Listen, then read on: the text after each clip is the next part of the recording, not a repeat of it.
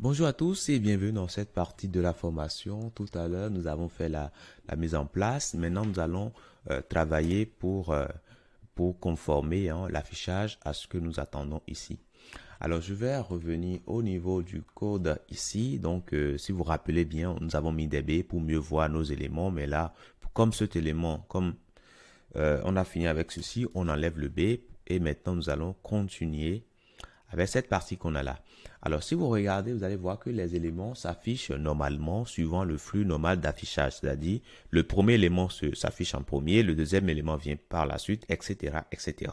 Mais nous ne voulons pas avoir les choses comme ça. Nous voulons que les éléments restent sur la même ligne comme ceci. Donc, pour cela, c'est simple. Nous allons simplement rendre le conteneur flexible.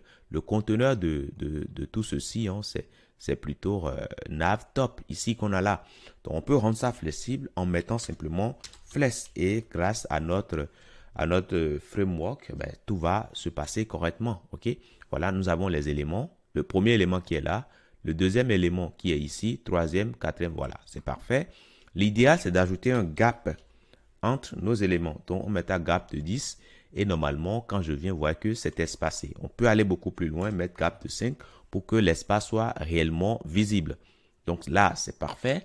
Maintenant, cet élément que nous avons ici, cet élément de liste, ne voulons pas les avoir comme ça suivant l'axe vertical. Nous voulons que ces éléments soient positionnés sur la ligne. Donc, du coup, pour le faire, c'est simple. On aura simplement à venir au niveau du conteneur de la liste. Donc, ici, UL. Et là, nous allons dire que nous voulons que ça soit désormais flexible. Donc, on pourra mettre simplement flex là. Et voilà, qu'est-ce qui va se passer? Voilà, les éléments sont désormais en ligne. Mais c'est parfait.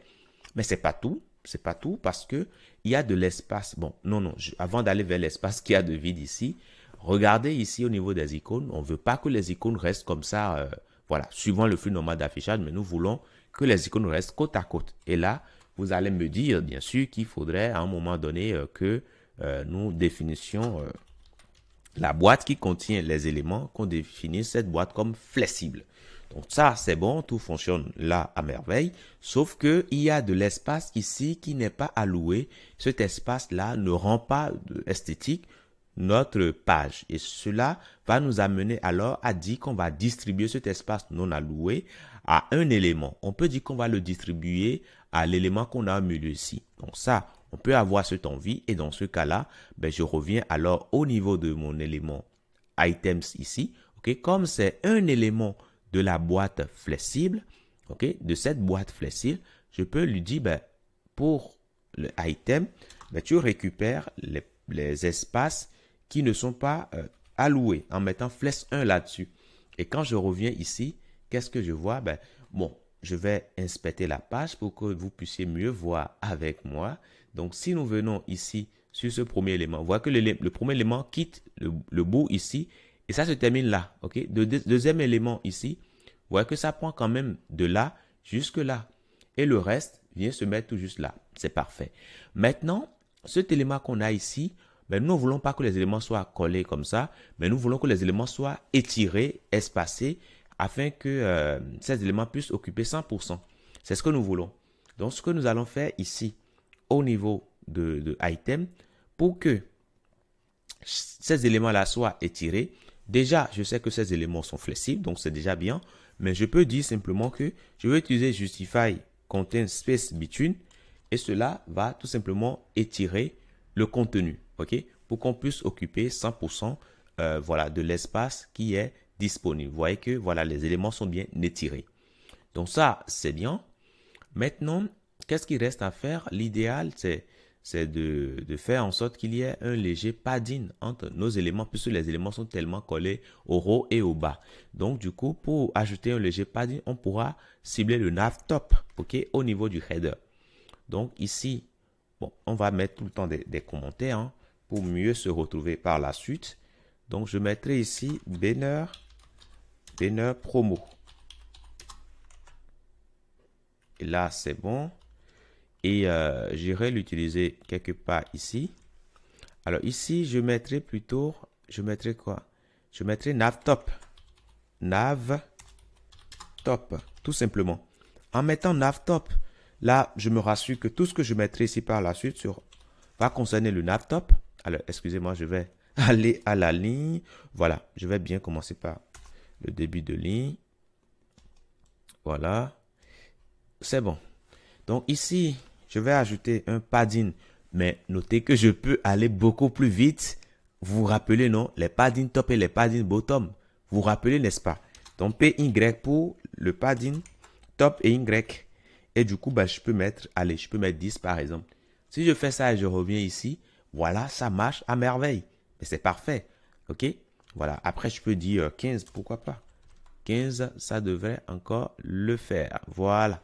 Là, je trouve que c'est mieux comme ça. Vous voyez que même sans écrire une ligne de code ici, OK, mais nous avons quand même pu faire les ajustements que nous voulons. Donc ça, c'est déjà pas mal.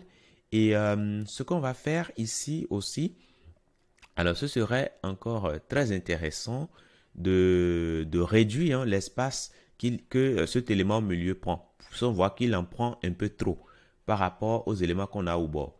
Mais nous allons y revenir. Regardez ces éléments que nous avons là, ces icônes-là. Il doit y avoir de l'espace. Il faut que ça soit aéré, tel que ce que nous avons ici. OK? Ici, on voit que c'est bien aéré. Donc, nous allons le faire alors. Donc, je reviens alors ici.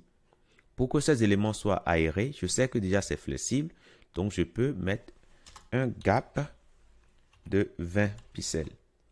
Donc, ce faisant, quand ça va s'actualiser, là, c'est beaucoup aéré par rapport à tout à l'heure. Donc, ça, c'est déjà pas mal. Maintenant, les gaps que nous avons entre chaque élément, ici, vous allez voir qu'on a suffisamment d'espace ici, là aussi. Donc, nous allons revoir les gaps. Donc, le gap qu'on a défini ici, on peut mettre 50 pour voir. Et là, normalement, qu'est-ce qui se passe? Bon, alors, attendez. Là, on a le top. Donc, on a gap de 50.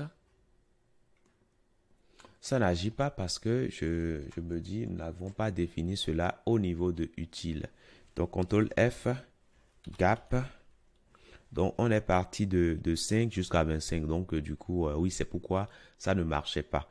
Mais c'est pas grave ce qu'on peut faire. Ce qu'on peut faire tout simplement ici, même si on ne définit pas de gap, bon, CTRL Z, on peut mettre les gaps de 10 qu'on a définis au début, ou bien 15 si je me rappelle bien. Mais si on ne le fait pas, ben c'est simple. On peut simplement dire à cet élément qu'on a là de se centrer, tout simplement. Okay? Au lieu de se tirer, on peut lui dire simplement de se centrer. Okay? Justify content center. Bon, ça va se centrer. Maintenant, à nous maintenant de lui dire, mais nous voulons qu'il y ait une séparation. Okay? Gap 20. Et normalement, ici, bon, les éléments seront tout simplement aérés. Bon, on ne voit pas... la gap 20. Bon, il suffit quand même de recharger correctement la page. Hein, et là, nous voyons bien nos éléments qui s'affichent. Et là, il n'y a pas de problème là-dessus. OK? Donc ça, c'est déjà pas mal. Le gap qu'on a ici, oui, on peut l'ajouter un tout petit peu. Mais là, nous avons nos éléments qui sont tous en ligne. Maintenant, on peut aller maintenant plus en profondeur sur chaque élément et styler tout ça. Donc, je vais vous dire merci d'avoir suivi cette partie et à tout de suite dans la prochaine.